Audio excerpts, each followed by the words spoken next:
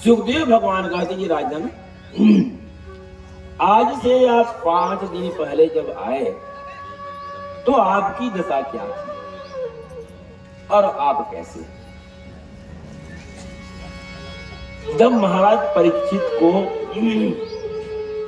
तक्षक का साप मिल गया, महाराज परीक्षित जो है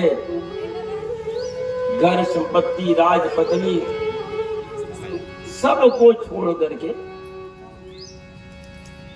सुखदेव भगवान से छोड़कर, माने उनसे विरक्ति हो गई, उनसे वैराग्य हो गया।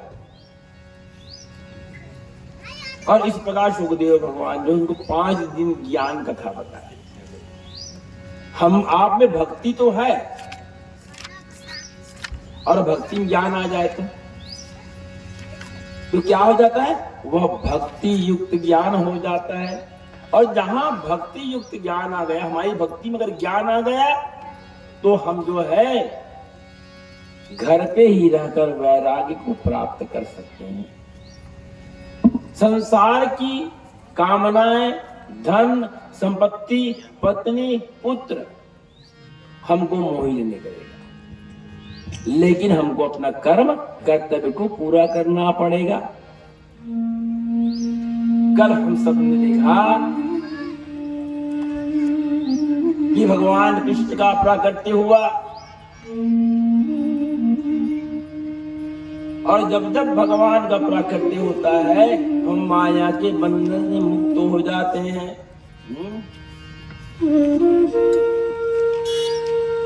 वसुदेव जी महाराज के हाथ के बंधन टूट गए, हाथ की बेलियां टूट गई, बंदी गृह के दरवाजे की कुंडियां खुल गई, और भगवान को कहां पहुंचाए? गोकुल। अब विचार करें, भगवान की माता कौन? देवकी रानी, माँ देवकी। तो देवकी को छोड़कर भगवान यशोदा मैया के पास कैसे जा गए? क्या उनको छोड़कर जाना जरूरी था क्या? नहीं। परमात्मा कृष्ण जो है अपने भक्तों की मान को बढ़ाना चाहते हैं, सम्मान को बढ़ाना चाहते हैं। माँ देवकी जो है वह ज्ञान की देवी है, और कन्हैया कहां पहुंच गए? यशोदा मैया के पास। यशोददाती इति यशोदा, जो अपने कर्म से सबको यश दे। यशोददाती इति यशोदा। माँ देवकी जो है ज्ञान की मूर्ति है, और भगवती यशोदा मैया जो है प्रेम की मूर्ति है, भक्ति की मूर्ति है। भगवान जो है पहले अपने भक्त के पास जाते हैं। भगवान का जब प्राकट्य जब हुआ तो उस समय उद्धव जी महाराज मथुरा में थे। उनके परम ज्ञानी, परम ज्ञान को जानने वाला, तो भगवान उसके पास क्यों नहीं गए? नहीं, भगवान उसके पास जाते हैं जो उससे प्रेम करता है, भक्ति देता है। क्योंकि ज्ञान में अभिमान होता है और भक्ति में अभिमान नहीं होता। भक्ति में प्रेम होता है, रोचकता होती है, कोमलता होता है। जो अपने काम के द्वारा दूसरे को यश दे, हमारे समस्त कर्मों को देशमुख दे ईश्वर करते हैं, उसमें समर्पण हो जाए। नाम होता है हमारा, अमुक ने किया नहीं। भगवान अपने भक्तों को, भगवान काम करते हैं और यश हमको देते हैं। यशोदा मैया भी वही है, काम स्वयं करती है और यश दूसरे को देती है। भैया तुम्हारे कारण हुआ। और पिता कौन बन गए?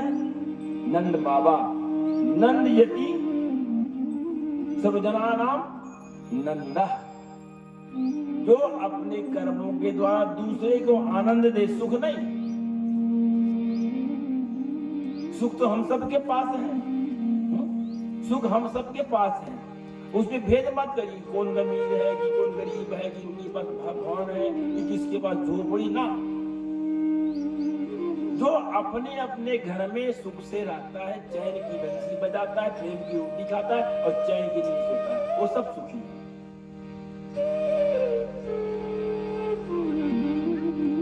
और सबसे सुखी कौन है? जो परमात्मा के शरण में चला जाता है।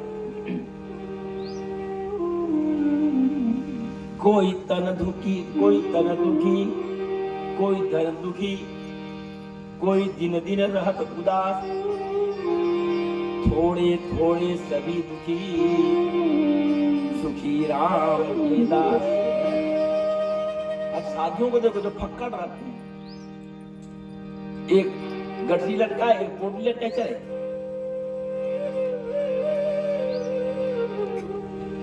न आज की चिंता न कल की चिंता। और हम लोग कल की चिंता करते, कल क्या होगा, आज की चिंता और चिंता करने की जरूरत ही नहीं है। जो सामने है उसका सुख ले, उसका आनंद ले, उसका मजा ले। तो भगवान जो है कहाँ पहुंच गए? भक्ति के पास ना। मैं ज्ञान के पास नहीं रहता, मैं भक्ति के पास रहता हूँ। और भगवान के आने के पहले कौन आई? भगवती राधिका। हमने कल चर्चा किया, भगवान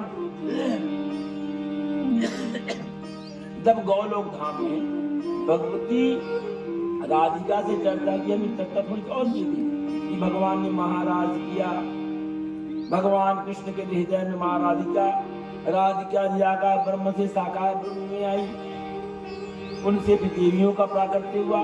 भगवान कृष्ण के शरीर से ब्रह्मा विष्णु महेश तीनों का प्राकट्य हुआ। भगवान कृष्ण पूर्ण ब्रह्म है। भगवान जब वहां कहते हैं कि अब मैं अपनी पूरी 16 कलाओं के साथ मैं अपने भक्तों को आनंद देने के लिए जा रहा हूं, तो जितनी वहां की नदियां थी, वृक्ष थे, बोले भगवान हम भी वहां जाएंगे। वहां की जो वीरणी नदी है गौलोक की, वो यहाँ जो है यमुना बन करके आई। राधिका बोली कन्हैया मैं आपके लीलाओं को देखना चाहती हूँ, और इसलिए भगवान के आने के पहले भगवती राधिका आ गई। एक सुंदर भजन।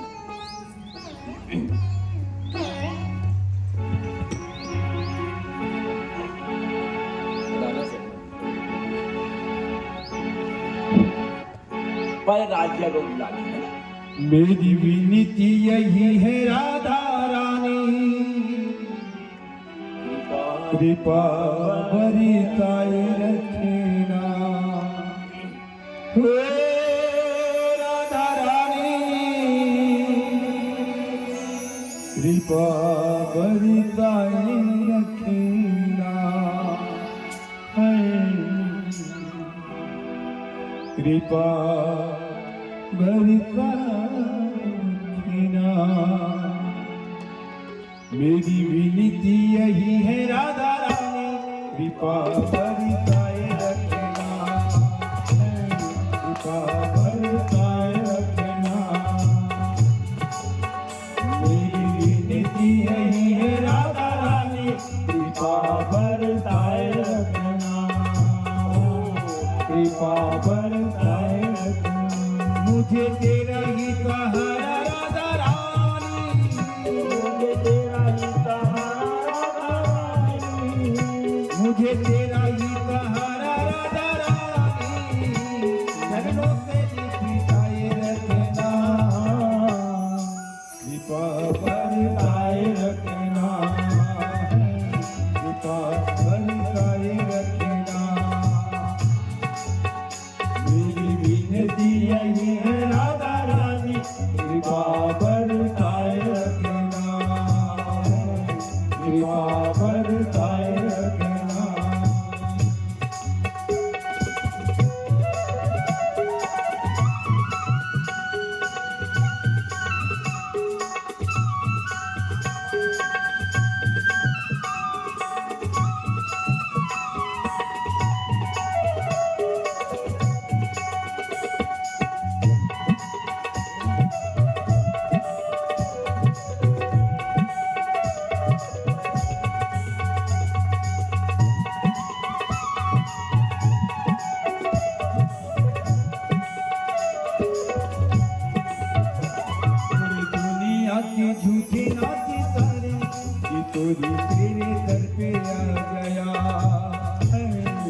तोरी तेरे दर पे आ गया दुनिया के सारे नाते रिश्ते ये तोरी तेरे दर पे आ गया हो ये तोरी तेरे दर पे आ गया मैंने तुझको पुकारा ब्रज रानी मैंने तुझे पुकारा रानी मैंने तुझको पुकारा राधा रानी जगते बचाए रखना कृपा बरसाए रखना राधा कृपा बरसाए रखना मेरी विनती यही है राधा रानी कृपा बरसाए रखना कृपा बरसाए रखना कृपा बरसाए रखना कृपा बरसाए रखना प्रेम राधा मैया की जय भगवान का प्राकट्य कब हुआ? अष्टमी तिथि को। और नवोत्सव कब मनाया गया? नवमी को। हमने चर्चा किया कि हमारे नौ के बाद जो है पूर्ण विराम हो जाता है। भगवान राम जब आए, रामावतार में जब आए, भगवान का जन्म कब हुआ? भगवान सम है, धर्मयुग के प्रवर्तक। एक थोड़ी ज्ञान चर्चा हो जाए। भगवान राम का प्राकट्य कब हुआ? नवमी को। और नवमी की कितना भी गुना करी नौ ही आएगा। नौ को नौ एक नौ नौ दुनी 18 9 तेरह गणना करनी चाहिए और आखिरी में 9 10 का 90। भगवान राम जो है धर्म युग के प्रवर्तक थे। धर्म जो कहता था, श्रुतियां जो कहती थी, उनके अनुसार धर्म को चलाया। और जब द्वापर जब आया तो भगवान राम जब कृष्ण अवतार में आए तो भगवान का प्राकट्य क्या हुआ? अष्टमी तिथि को, काली रात में। और इसलिए अब 8 का गणना कीजिए कि भगवान कृष्ण ने क्या किया? युग धर्म कर दिया। धर्म युग को युग धर्म कर दिया। युग की जो मांग थी, युग के अनुसार उन्होंने धर्म को पलट दिया। धर्म की रक्षा के लिए अगर अधर्म किया जाए तो वह पाप नहीं होता। धर्म की रक्षा के लिए कोई अपराध किया जाए तो वह अपराध नहीं होता। इसलिए भगवान का प्राकट्य कब हुआ? अष्टमी को। और आज का गणना कीजिए, कम होती जाएगा। 8 हो गए, 8 दूनी 16, 1 6 7, 8 या 24 6। अब गणना करके जाइए और अंत में 8 दाही का 80। भाव ये है कि रामावतार में भगवान धर्म युग के प्रवर्तक थे और जब कृष्ण अवतार में जब आए तो युग धर्म, युग जो कहता था उसके प्रवर्तक हुए। लेकिन पूर्णांक कहां हुई? अष्टमी, 8 दाही का 80। उसी प्रकार हमारा जन्म जिस तिथि को होता है, जहां से हम अपने जीवन की यात्रा पूरा प्रारंभ करते हैं, वहीं पर जाकर विराम लगता है। कभी गणना कीजिए, हम जहां से प्रारंभ करते हैं, जहां से हमारा जन्म होता है, उसी तिथि या उसी तिथि के आसपास हम संसार को छोड़ते हैं।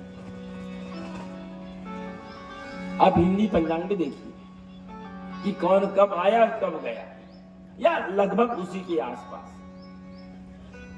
तो हम अपनी यात्रा जहां से प्रारंभ करते हैं वहीं से होता है।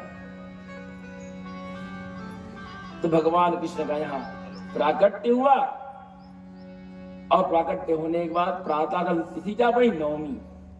नंदोत्सव कब मनाया गया? नवमी तिथि को। नंदास्माजन उदपन्ने जाता हलादो महामन। प्राकट्य जब हुआ तो यहाँ जो है गोकुल में आज पूरा गोकुल जो है कृष्णमय हो गया, कान्हामय हो गया, सबको ज्ञान हो गया। आज जो है नंद राय के यहाँ अखंड ब्रह्मांड नायक भगवान कृष्ण का प्राकट्य हुआ है, लेकिन उसको सामान्य बालक ही समझ रहे। वहां पर जो है ब्राह्मणों को बुला करके नंदराय जी महाराज लाखों गायों का दान किया। 7 पहाड़ के समान तिलों का दान किया। 7 तिलियों का 7 पहाड़ बनाए। अब तिलियों का 7 पहाड़ कैसे बनाएंगे भाई? तिल का दान को महादान कहा गया है, तो तिल का 7 पहाड़ों का दान किए। माने तिल को ऐसे रखिए और रखने के बाद जो है, जैसे अपन हुंडी रखते हैं, धान रखते हैं, वैसे ही रखिए और इस पार से उसका जो ऊपर का जो सिरा होगा तो उस पार ना दिखे। इस पार जब खड़े हो जाए तो उस पार कहां पर अंत होता है वो ना दिखे। तो 7 पहाड़ बनाकर तिलों का दान किए, ब्राह्मणों का सत्कार किए, वन अस्त्र आदि दिए और यहाँ जो है नंद उत्सव मनाया गया। नंद के आनंद भयो जय कन्हैया लाल की। नंद के आनंद नंद के आनंद भयो जय कन्हैया लाल की। के आनंद भयो जय कन्हैया लाल की। जय कन्हैया लाल की। हे आनंद उमंग भयो जय कन्हैया लाल की। हे आनंद उमंग भयो जय हो नंदलाल की। हे ब्रज में आनंद भयो जय यशोदा लाल की। जय हो नंदलाल की जय यशोदा लाल की। जय हो नंदलाल की जय यशोदा लाल की। कोटि ब्रह्मांड की हाथ पगड़ी लाल की। हाथ मेरा पाल की जय कन्हैया लाल की।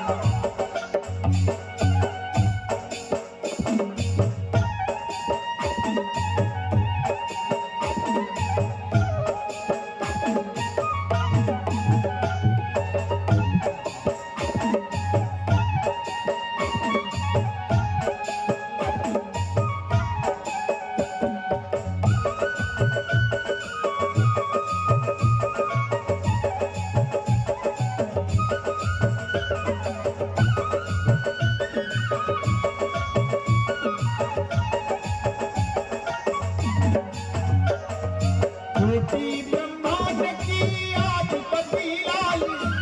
कोटि ब्रह्मांड की आधिपति लाल की। हाथी घोड़ा पाल की जय कन्हैया लाल की। अम्बरे चराने आए जय हो रखपाल की। गोकुल में आनंद भयो जय कन्हैया लाल की।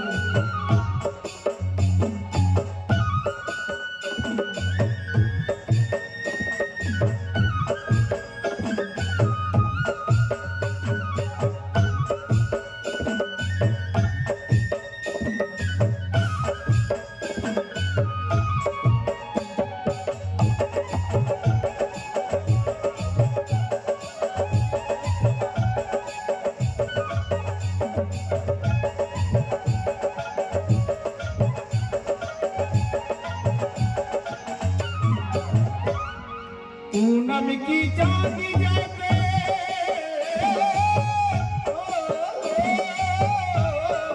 पूनम की चांदी जैसे शोभा फैलाल की। पूनम की चांदी जैसे शोभा फैलाल की। हाथी घोड़ा पाल की जय कन्हैया लाल की।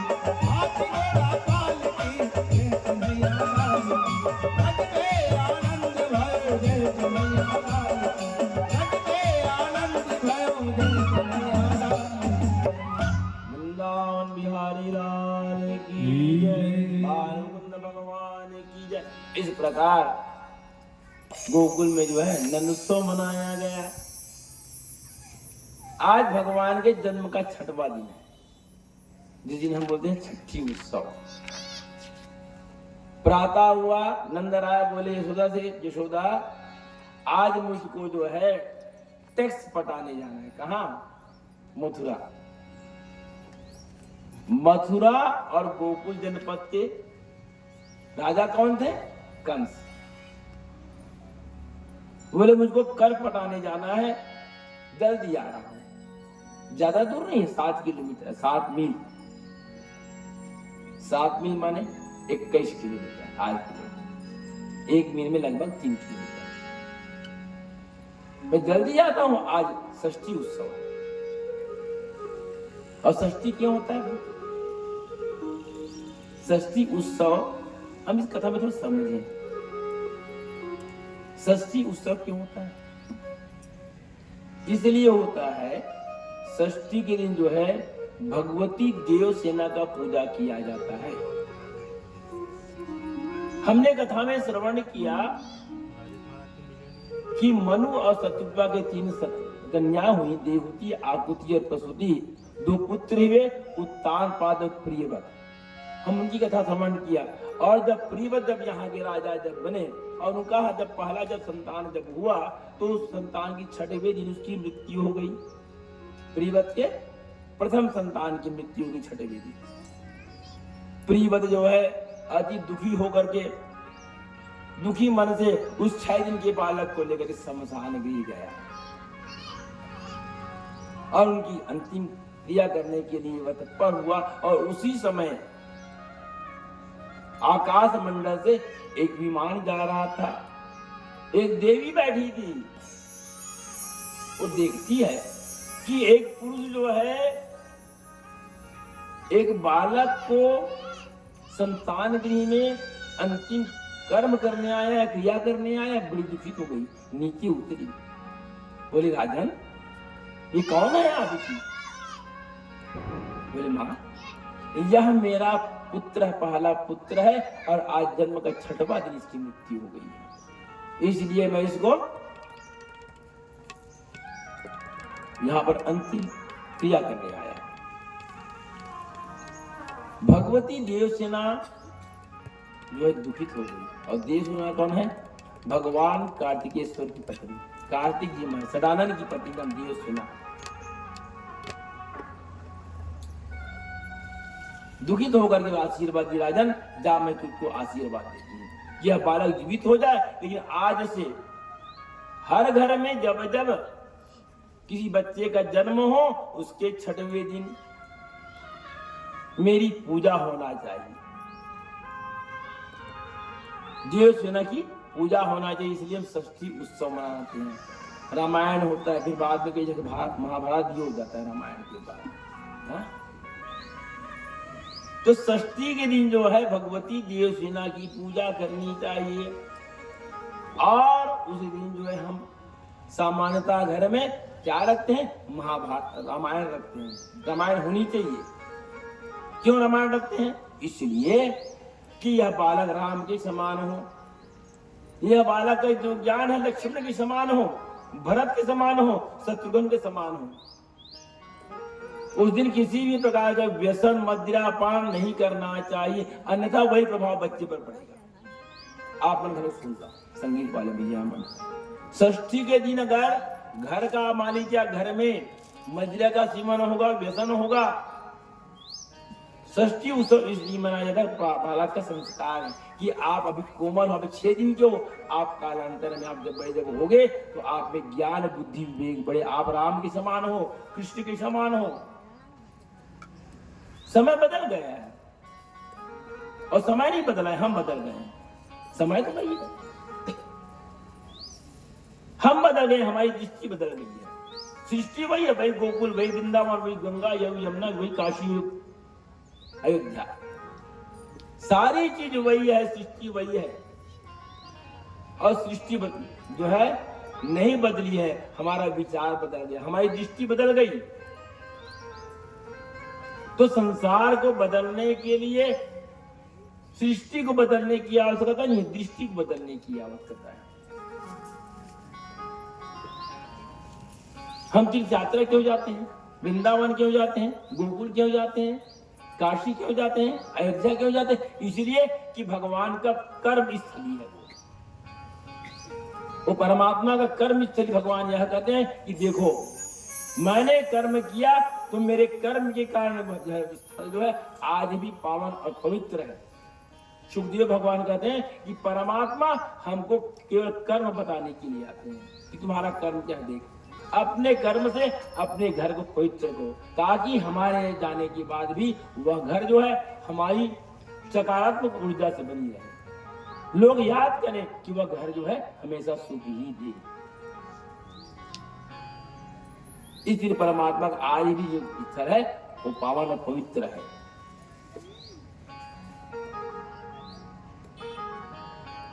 नंदराय जो है चला गया वहां, कहां कर पटाने, और उसी समय बैठक हुई वहां कंस की। कंस को ज्ञात हो गया था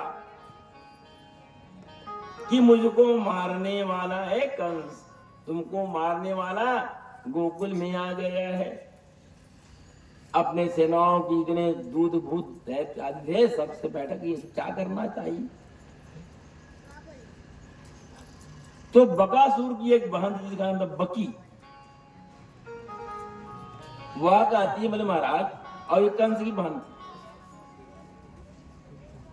और कंस भगवान की मामा कृष्ण की। बोले भगवान महाराज एक काम करो, बोले वो तो भी 6 दिन का है और मैं मायवी हूं और मैं जाकर उसका संहार कर सकती हूं। बकी जो है वहां से चली, कहा गोकुल के लिए। कंस ने आदेश दिया जाओ मेरी मृत्यु को मार कर आओ। हम मृत्यु को नहीं मार सकते, मृत्यु हमको मारती है। और जब जब हम मृत्यु को मारने के प्रयास करते हैं, मृत्यु उतना सन्निकट आता है। इसलिए हमने चर्चा किया ना कि हम जन्म से लेकर मृत्यु की ओर बढ़ते हैं। भाई घर से शमशान भी कितना दूर है? 2 किलोमीटर, 5 किलोमीटर, 10 किलोमीटर ज्यादा हो गया। इतनी दूरी तय करने में हमको 60 साल, 70 साल, 80 साल लग जाता है? तो हम जो है जन्म से लेकर मृत्यु तक के जो जीवन मिला है उस जीवन को ऐसे बनाए ताकि मृत्यु का भय ना। आज कंस जो है बकी को जो है भेजता है। नंदराय जो वहां कर पटाया, टैक्स पटाया, वसुदेव से मुलाकात हुई, और मुलाकात होने के बाद जो है वसुदेव जी कहते भैया तुम जल्दी जाओ, बोले आपके यहाँ बच्चे का जन्म हुआ, जाओ जाओ जल्दी, क्योंकि कंस ना जाने क्या कर देगा। और इधर जो है आज षष्ठी उत्सव मनाना था, लेकिन प्रातः काल में ही वही बकी जो है सुंदर श्रृंगार मायवी थी, 16 वर्ष की सुंदर कन्या बन गई, 16 श्रृंगार अद्भुत। हम माया को देखकर की माया की ओर आकर्षित होते हैं, सम्मोहित होते हैं। माया हमको बार बार परेशान करती है। आज जो है जब पहुंची वहां पर बकी, उसका नाम क्या हुआ? पूतना। पूत माने बेटा, ना माने नहीं, जिसका कोई पुत्र ना हो। बकी जहां वहां गई, उसका नाम हुआ पूतना। सुंदर श्रृंगार कर ली और श्रृंगार करके गोकुल नगर में घूमते घूमते नंदराय के यहाँ पहुंच गई। जब पहुंची तो यशोदा मैया उसके स्वरूप और श्रृंगार को देख करके भ्रमित हो गई, आकर्षित हो गई। बोली इतनी सुंदर नानी मेरे यहाँ आई है। और उसका जो जब भगवान उस समय पलना में सोए हुए थे कक्ष में, उनका बुद्धि काम नहीं आया यशोदा का। भगवान कृष्ण समझ गए आज मेरे घर मेरी मौसी आ रही है, मेरी मौसी आ रही है। माँ की बहन क्या, मामा की बहन क्या होगी? मौसी होगी क्या? हाँ कैसे दीदी, मामा की बहनी क्या हुई? मौसी होगी ना। देख रहे भाई, राधा वल्लभ भगवान की जय। भगवान कहने लगे आज मेरी मौसी आ रही है, लेकिन कौन है ये पूतना है और यह मुझको मारने के लिए, यह अविद्या का स्वरूप है। भगवान 6 दिन के पलना में सोए हुए हैं भगवान कृष्ण, और पूतना वहां पहुंच गई सुंदर श्रृंगार करके। भगवान ने अपने आंख को बंद कर लिया। और ये पूतना कौन है? हमने कथा में सुनाया था आपको, बलि की कन्या, रत्नमाला। देख याद है।